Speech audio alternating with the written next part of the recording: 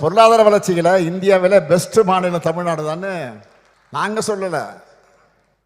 அவங்க கூட்டணியில் இருக்கக்கூடிய ஒன்றியத்தினுடைய பாஜக அரசு அறிக்கையை கொடுத்துருக்கு. இப்படி தொடர்ந்து அவருக்கு அடிமேல் அடிவிடுது. இதனால விரக்தியின் உச்சத்துக்கு எதிர்கட்சி தலைவர்கள் போயிட்டார்.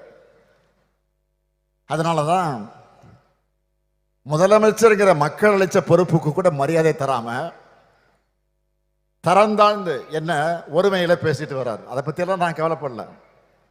இன்னும் பேசுங்க, இன்னும் இறங்கி பேசுங்க. நாங்கள் அதை பற்றி கவலையே படலை. எங்கள் பணி மக்கள் பணி. உங்களுக்கெல்லாம் பதில் சொல்லி என்னுடைய நேரத்தை வீணடிக்க நான் விரும்பலை. என்னை பொறுத்த வரைக்கும் பேச்சை குறை, செயலில் நம்ம திறமையை காட்டணும். ஏதோ தன்னை எம்ஜிஆர் நினச்சிக்கிட்டு ஜெயலலிதா அம்மையார் மாதிரி நினச்சிக்கிட்டு சவுண்டு விடுறாரு. ஆனால் பாவம் அவருக்கு தெரியல. அவருடைய வண்டி கிளம்புனதும்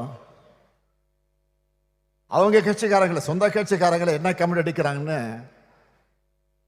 அவருடைய எந்த சதி திட்டமும் நம்ம அரசோட சாதனைகளை முன்னாடி எடுபடலை, இனியும் எடுபடாது.